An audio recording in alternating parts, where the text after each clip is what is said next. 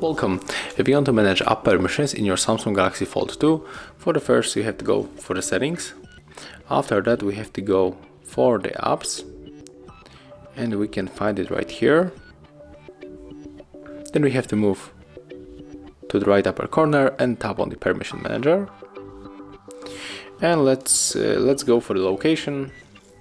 And here we got the all allow apps and only allow when we are using it, and all of them, the rest of them are denied. So we can, for example, grant the permission to the location for calendar and also for the camera when you want to activate, for example, the location tags on the photos.